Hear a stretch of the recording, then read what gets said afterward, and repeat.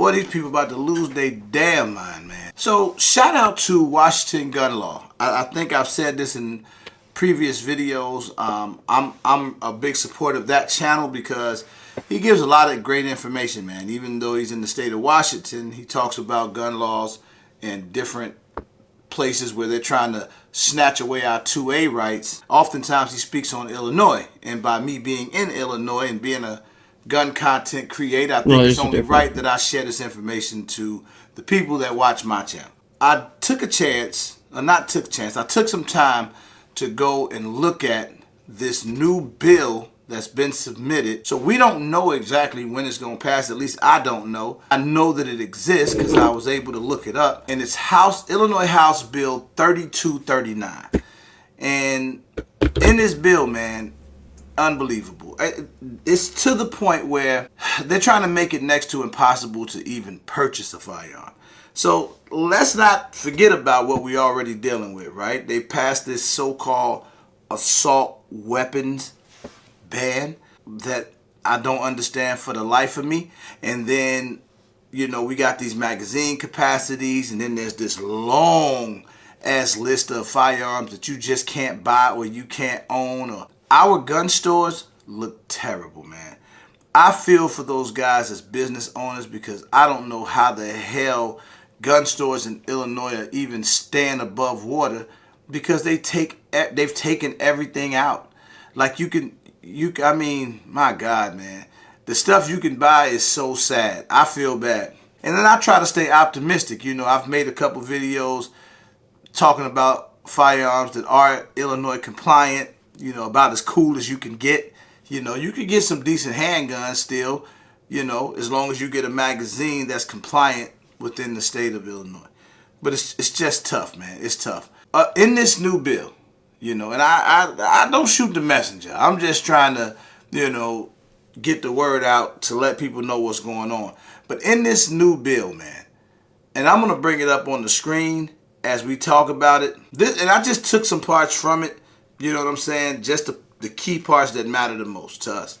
So, if an applicant is applying for or renewing a firearm owner's identification card, he or she must submit evidence to the Illinois State Police that he or she has completed at least 8 hours of handgun safety training approved by the director of the Illinois State Police. What?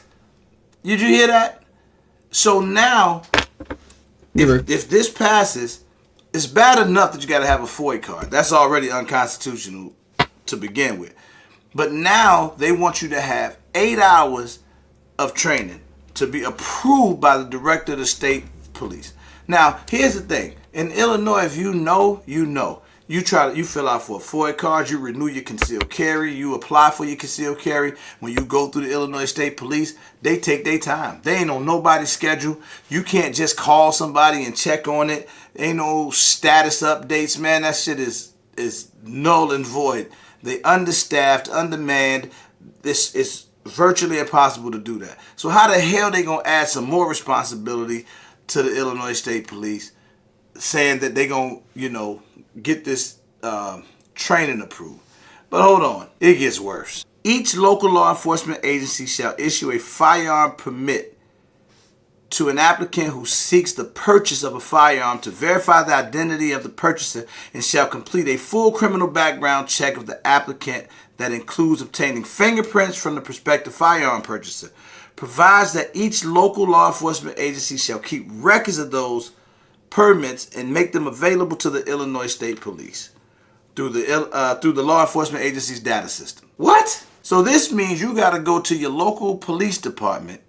You got to do a full criminal background check. This is each time you go buy a gun. So if you're a gun enthusiast like myself, and you might go a few times a month, you might be looking to go buy a gun. So you telling me each time you go buy a gun, you got to go do a full background check, get your fingerprints done, and at the local police department, just to have to take this to your FFL, where they're going to have to do another background check for you to get the gun.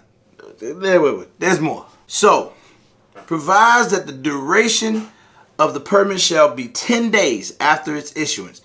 provides that the local law enforcement agency may deny a permit to purchase a firearm to an applicant if the agency, in its discretion, believe it is in the interest of public safety.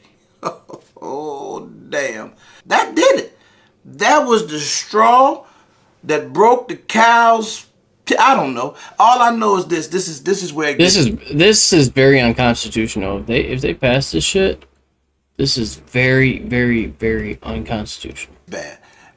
You telling me, first of all, that permit that they give you, right, for you to be able to buy a gun, only good for 10 days. However, oh my God, they have the ability to deny you if he might look at you and be like, hey man, you don't look like you should get no gun. You're missing an eye or something. He might not like what you wearing that day. Yeah, exactly. What if he gangbang off duty and he's a Crip that likes blue and you go in with red on and he just decided he didn't like that day and he just decided to deny it? What if he's a Biden supporter and you're wearing Trump stuff? What if he's a Trump supporter and you're wearing Biden stuff? Nobody really questions the state police if they say something or do something that I think is stupid, and law enforcement in general. I had a personal situation with a family member of mine who had his FOIA card revoked only because there was a police officer that he had some differences with. It was just through some other weird stuff, and the police officer just didn't like him and, you know, reported it to his buddies, like basically like a red flag law, and got his FOIA card revoked. And then when he tried to go to the appeal process, right, he's still in the appeal process, and this has been over like a year and a half, and there's nobody to talk to, and there's no reason that his FOIA card should be revoked or taken away from him, but they're able to do whatever they want to do. I've seen multiple cases of this personally, of guys who have had some issues with their FOIA card and for whatever reason can't get it fixed because they really don't want you to have a FOIA card or the ability to be able to buy a firearm. Okay. Why is this all bad? Because all it means is just another way to be able to control us, right? So they already control what you can and can't have, and now they're controlling your ability to even be able to purchase it. So is that not snatching away our 2A rights? Let's think about what this is. This weird-ass House Bill 3239 that'll probably pass knowing the state of Illinois, and it could happen any day now. So by the time you see this video, or by the time this video releases, it may already be in effect, okay? So let's start from the beginning. In order to get a FOIA card or renew your FOIA card, you would have to complete 8 hours of training that needs to be approved by the director of the Illinois State Police. That's just to get the FOIA card. If you want to purchase a firearm, you're going to have to go to your local police department, and they have to do a full criminal background check, including fingerprints, issue you a permit that will only be good for 10 days, which they will have the right to deny you for. The local law enforcement agency may deny a permit to purchase a firearm to an applicant if the agency, in its discretion, believes it is in the interest of public safety. How about that? And again, that thing is only good for 10 days. And then you're going to have to go to your FFL and get another background check done. What happens if you delayed or something, right?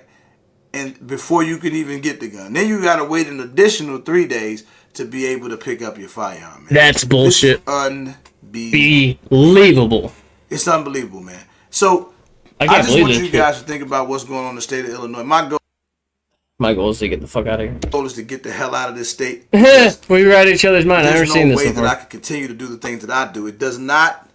Yeah, we're felons the way we're doing it. Law-abiding citizens, right? It only works against the law-abiding citizens. Because if somebody's out there and they in the streets and they doing whatever they doing, it don't even have to be in the streets. Even if it's somebody that wants to create some heinous crime or commit some heinous crime, they have the ability to do so because they're not even reading these laws. They could care less about them. So the people that's being affected by this are the ones who are trying to do the right thing and protect their families and protect themselves. There was a recent case in the state of Illinois where a gentleman was at an ATM and he was a concealed carry holder.